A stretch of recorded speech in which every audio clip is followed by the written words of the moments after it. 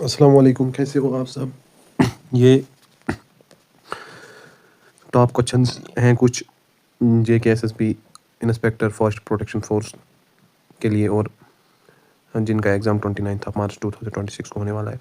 और ये क्वेश्चंस उसी पैटर्न पर हैं जिस पैटर्न पे JKSB वाइल्ड लाइफ गार्ड का पेपर आया था, जो कि बहुत डिफरेंट पैटर्न पूछी थी JKSSB ने। तो हम इन क्वेश्चंस को अटेम्प्ट करेंगे और आपने अपना स्कोर कमेंट में ज़रूर बताना है। और फुल लेंथ मॉक टेस्ट भी मैं अपलोड करूँगा यहाँ पे, और मैंने अपने टेलीग्राम चैनल पर भी उसका PDF दे दिया है, तो आप वहाँ से भी उन क्वेश्चंस को देख सकते हो, ठीक है। तो आंसर की मैंने अभी नहीं दिया है। चैनल को सब्सक्राइब करके रखो, बेल आइकन दबा के रखो, तो मैं तब तक इस पे वीडियोस बनाता रहूँगा। ये कुछ इंपॉर्टेंट क्वेश्चन है, आप देखो। अगर आपको क्वेश्चन ठीक लगे तो फिर मैं वीडियोस बनाऊँगा इस पर, तो आप कमेंट करना। तो अगर आपके ज़्यादा से ज़्यादा कमेंट आए और लाइक्स आए तो मैं फिर वीडियो बनाऊँगा। तो क्वेश्चन है, match the following environmental laws with their year of enactment in correct chronological order. Environmental protection act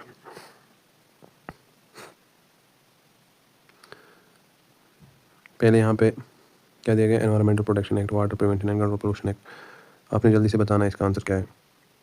आप अपने साथ नोटबुक रख सकते हो, नोटबुक पे क्वेश्चन नंबर 1 और उसके साथ ऑप्शन, करेक्ट ऑप्शन लिख सकते हो। फिर आप काउंट करके बता सकते हो कमेंट में कि आपने कितने सही किए, जो कि मेरे चैनल पर जो व्यूअर्स हैं उनको पता है। तो वाटर जो एनवायरमेंटल प्रोटेक्शन एक्ट है, ये 1986 और water prevention and control and pollution act जो है 1974। First environmental law in India established CPCB and SPCBS, ठीक है। तो air prevention and control and pollution act जो है 1981 और नेशनल ग्रीन ट्रिब्यूनल एक्ट 2010। तो अब क्रोनोलॉजिकल ऑर्डर इसका क्या है? पहले 1974, फिर 1974, फिर देखो अब क्या करना है। अब इसका करेक्ट ऑप्शन क्या है? पहले 1974 है, फिर 1981 है, फिर 1986 पे 2010। तो इस हिसाब से इसका करेक्ट ऑप्शन है ऑप्शन ए है, क्योंकि एनवायरमेंटल प्रोटेक्शन एक्ट 1986 और water prevention and control of pollution act जो है 1974, air prevention and control of pollution act 1981 और नेशनल ग्रीन ट्रिब्यूनल एक्ट 2010। अब अगला क्वेश्चन है, arrange the following biodiversity related events in chronological order, ठीक है।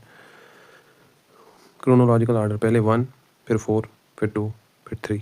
देखो कैसे। जो 1 है अर्थ सुमित, ये 1992, और convention on biological diversity signed at Rio entered into force 1993, ये भी 1992 इसकी डेट है।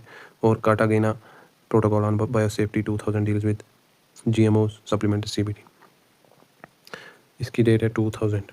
तो इसलिए मैंने बोला 1, 4, 2, 3। पहले अर्थ सुमित है, फिर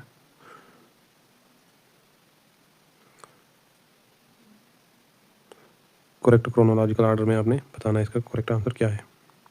पहले 1992 में रियो है ना, तो फिर उसके बाद 1992 में CBD, फिर उसके बाद 2000 में कार्टिना प्रोटोकॉल ऑन बायोसेफ्टी, और 2010 में नगोया प्रोटोकॉल ऑन ABS, ठीक है। तो अब इस हिसाब से इसका करेक्ट आंसर है ऑप्शन ए, इसका करेक्ट आंसर है। अगला क्वेश्चन है, match the following greenhouse gases with their global warming potential related to CO2। Carbon dioxide,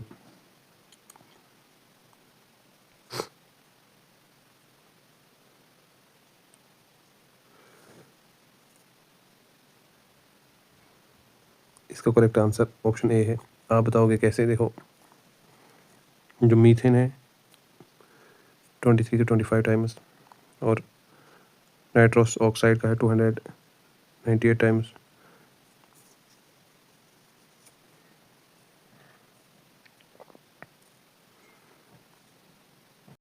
और क्लोरोफ्लोरोकार्बन का है 1000 सब टाइम्स, और कार्बन डाइऑक्साइड का बेसलाइन, इसलिए option A is correct answer. Match the following forest types of India with their typical location in JNK। जो tropical dry डिसीजस है, इसकी लोकेशन है कंडी बेल्ट ऑफ जम्मू, ठीक है। तो हिमालयन मॉइस्ट और कंडी बेल्ट ऑफ, ये 50 से 100 सेंटीमीटर रेनफॉल इसमें, और tree shed leaves in dry season, acacia या डेल्बेरिया। हिमालयन मॉइस्ट टेम्परेचर जो है, इसका करेक्ट ऑप्शन है कश्मीर वैली, और 1500 से 3000 मीटर देवदार, कैल, फिर मॉडरेट टू हाई रेनफॉल। और सपल पिन फॉरेस्ट जो है इसका करेक्ट ऑप्शन है ऑप्शन इसका पार्ट 4, इसका ऑप्शन सी का जो यहाँ पे सी दिया गया है, इसका जो करेक्ट ऑप्शन है वो करेक्ट आंसर जो है वो मैच, अगर इसका जो करेक्ट मैच है वो पार्ट 4 है, हाई रिज। ठीक है। कोल्ड डेजर्ट वेजिटेशन का लद्दाख रीजन है, तो इस हिसाब से जो करेक्ट ऑप्शन बना वो बना option A is correct option. Which of the following is not a direct impact of climate change on in J&K?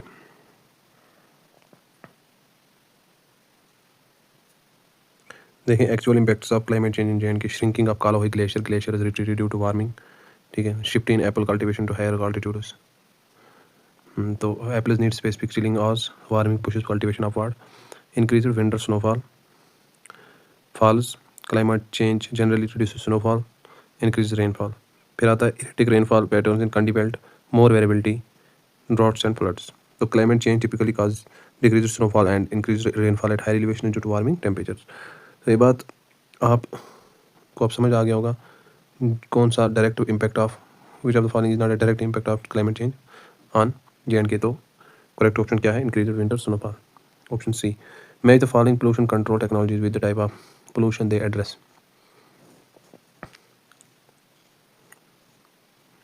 जो इलेक्ट्रोस्टैटिक प्रेसिपिटेटर है ये एयर पोल्यूशन है, एयर पोल्यूशन टाइप है, ये टेक्नोलॉजी है। ये इलेक्ट्रोस्टैटिक प्रेसिपिटेटर जो है ये एक टेक्नोलॉजी है और पोल्यूशन टाइप इसका एयर पोल्यूशन है। Uses electrostatic charge to remove particles from exhaust gases. ठीक है, तो इसलिए ये यूज़ होता है।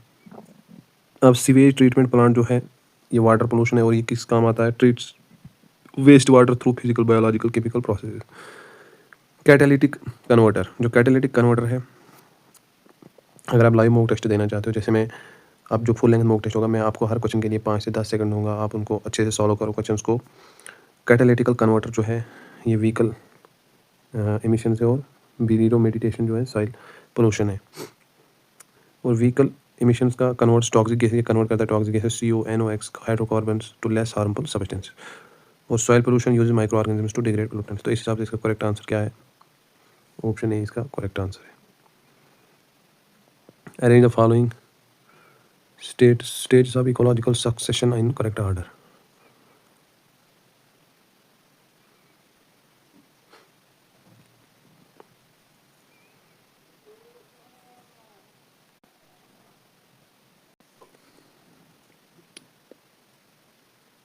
Arrange the following stages of ecological succession in correct order. पहले क्या आएगा? पायनियर कम्युनिटी, फिर उसके बाद इंटरमीडिएट, तो फिर 2 3 नहीं, पहले पायनियर कम्युनिटी, फिर 2, फिर 4 सीरे कम्युनिटी,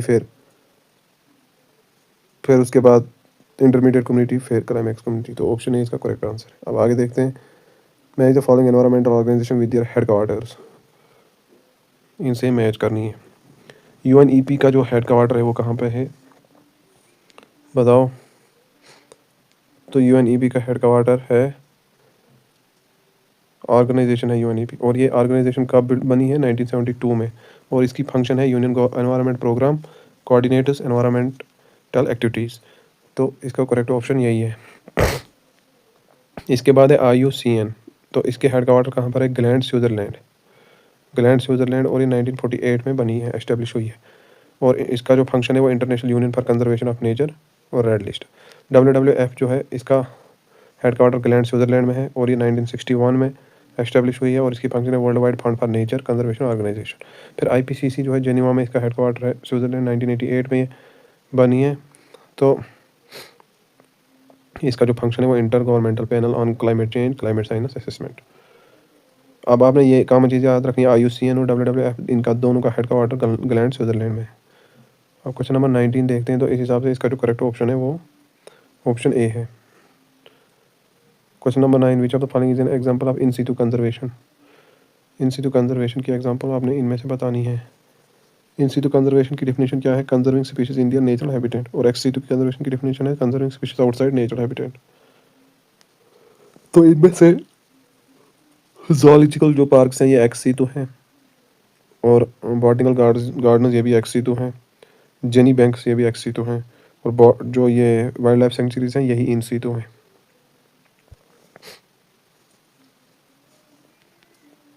अब अगला question, match the following endangered species of J&K with their IUCN status. बताओ जल्दी से, इसको सॉल्व करो। स्पीशीज, हांगुल क्या है? हांगुल क्रिटिकली एंडेंजर्ड है क्योंकि इसकी जो पॉपुलेशन है वो कम हो रही है, डिक्लाइनिंग 20 इन ताजिकम, ठीक है, पॉपुलेशन ट्रेंड। और इसके जो थ्रेट है हैबिटेट फ्रेगमेंटेशन, ग्रेजिंग कंपटीशन, इसका थ्रेट है। और जो लीपोर्ड है ये, इसका स्टेटस क्या है? वल्नरेबल, और ये डिक्रीज़ हो रहा है, इसकी पॉपुलेशन डिक्रीज़ हो रही है। और इसका जो थ्रेट है क्यों डिक्रीज़ हो रहा है? पोचिंग, क्लाइमेट चेंज और प्रे डिक्लाइन की वजह से। हिमालयन ब्राउन बेयर ये एंडेंजर्ड है और इसकी भी पॉपुलेशन डिक्रीज़ हो रही है। और उसका जो थ्रेट क्या है? Habitat loss, human wildlife conflict.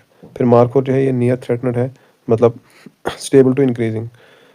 Hunting, habitat degradation इसका थ्रेट है इसके लिए। तो इस हिसाब से इसका करेक्ट ऑप्शन जो है ऑप्शन ए है। Arrange the following water bodies of J&K in order of their decreasing depth. Manasbal lake जो है उसकी डेप्थ कितनी है?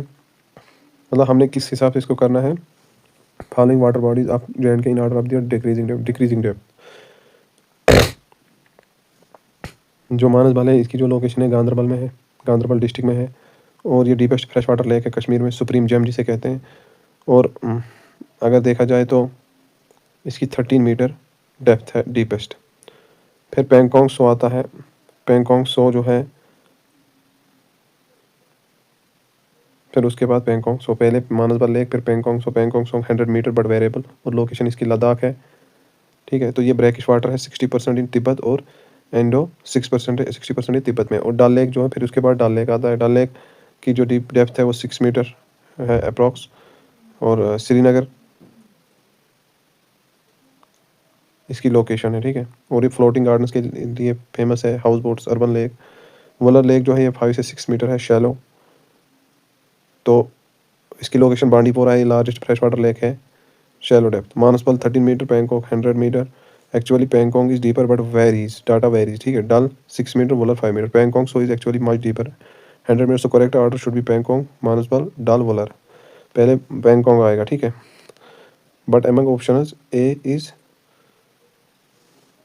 ये वाला correct answer. Match the following forest conservation approaches with their correct description.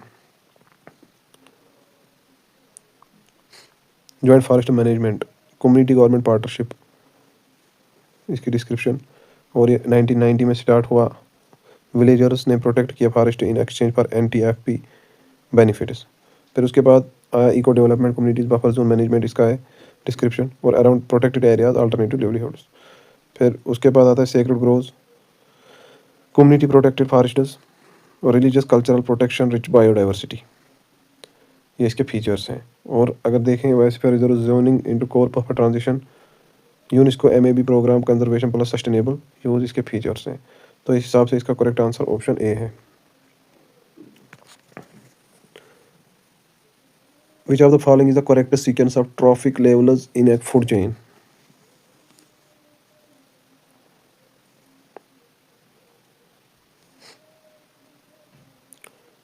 Producers, primary consumers, secondary consumers, tertiary consumers. अब इसको क्या करना है? Which of the following is correct sequence of trophic levels in a food chain? अच्छा, कौन सा वाला correct है? इनमें से कौन सा वाला करेक्ट है बताओ। Trophic level, producers, green plants, autotrophs, इसके एग्जाम्पल है। Primary consumers, herbivores, deer, grasshopper. Secondary consumer, carnivores that eat herbivores. Tertiary consumers, top carnivores. तो एनर्जी फ्लो अगर देखें, पहले सन, फिर प्रोड्यूसर्स, फिर प्राइमरी, फिर कंज्यूमर, फिर सेकेंडरी कंज्यूमर, फिर tertiary consumer. 10% energy transfer between level, rest lost as heat. Correct option A है, producers, primary consumer, secondary consumer, tertiary consumer. Match the following renewable energy sources with their installed capacity ranking in India, highest to lowest as of 2025. Highest to lowest, solar power जो है, solar power का first है। और wind power का जो इसकी capacity है वो अप्रॉक्स 70 GW है। और विंड पावर का सेकंड है और इसकी 45 है कैपेसिटी। और हाइड्रो पावर का थर्ड है और बायोमास का फोर्थ है। 42 इसकी है कैपेसिटी एक्सक्लूडिंग स्मॉल हाइड्रो, और 10 GW इसकी।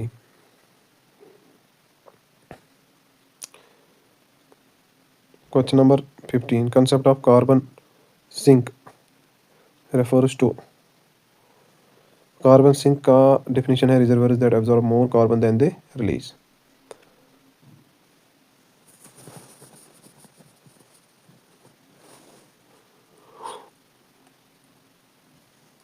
तो इसका करेक्ट आंसर क्या होना चाहिए? ऑप्शन बी इसका करेक्ट आंसर। अगर आपको फुल मॉक टेस्ट चाहिए ऐसे ही इसी लेवल का तो आपने कमेंट करना है, तो मैं फुल मॉक टेस्ट अपलोड कर लूँगा, कल आज ही करूँगा। अभी आपको ऐसे भी एमसीक्यूज देखने को मिलेंगे जो आप अटेम्प्ट करोगे और अपना स्कोर